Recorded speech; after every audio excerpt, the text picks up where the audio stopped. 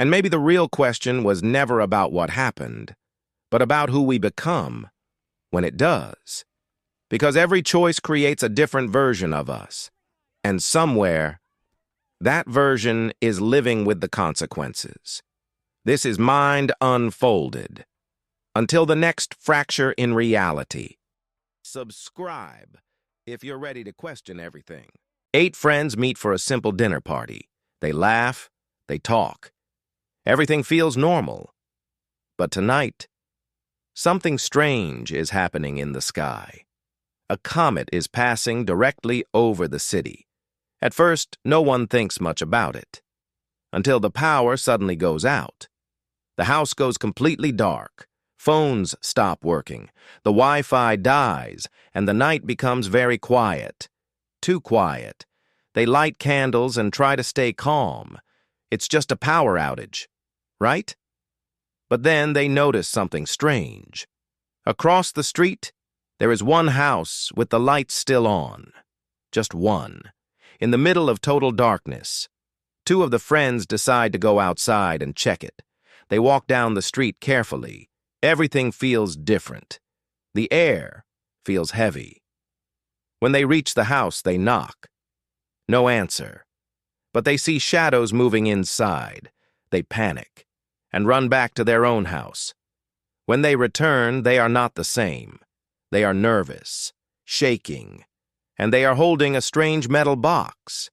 Inside the box, there are photos of the 8 friends, sitting around a dinner table, in this exact house, wearing the same clothes, taken just minutes ago. Everyone freezes. How is that possible? There is only one explanation. The house across the street is not just another house. It's another version of their house, and inside it is another version of them. The comet didn't just pass by. It did something. It changed reality. Now, multiple versions of the same night are happening at the same time. Multiple houses, multiple groups, multiple realities, and they are starting to overlap. Panic begins to grow. Trust begins to disappear. If there are other versions of us, which one is the real one? One friend suggests marking their house.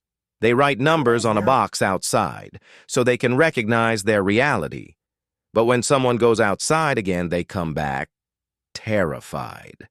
There are many houses, not just 2, dozens, all with different numbers, all with different versions of them inside.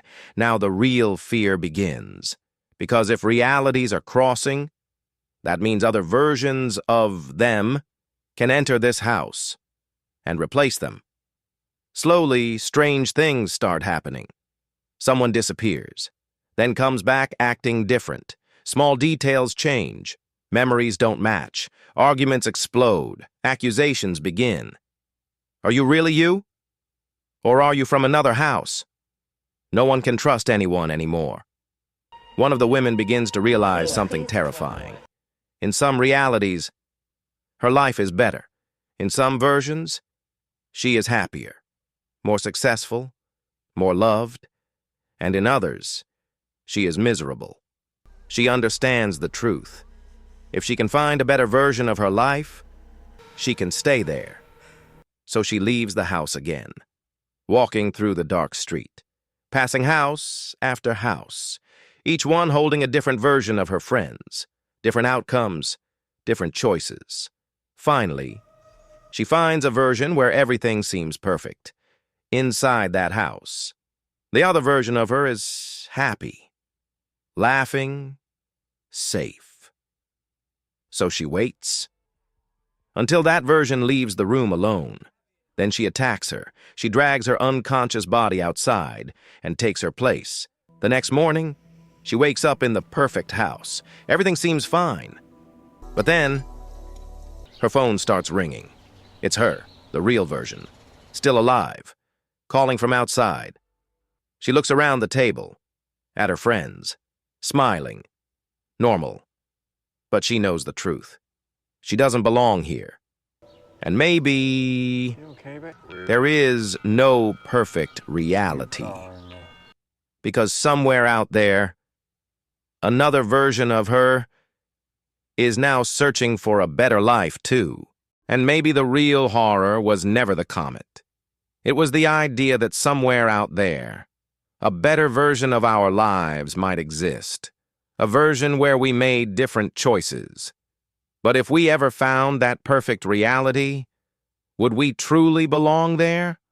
Or would we always be strangers in someone else's life? This is Mind Unfolded. Until the next fracture in reality, subscribe if you're ready to question reality.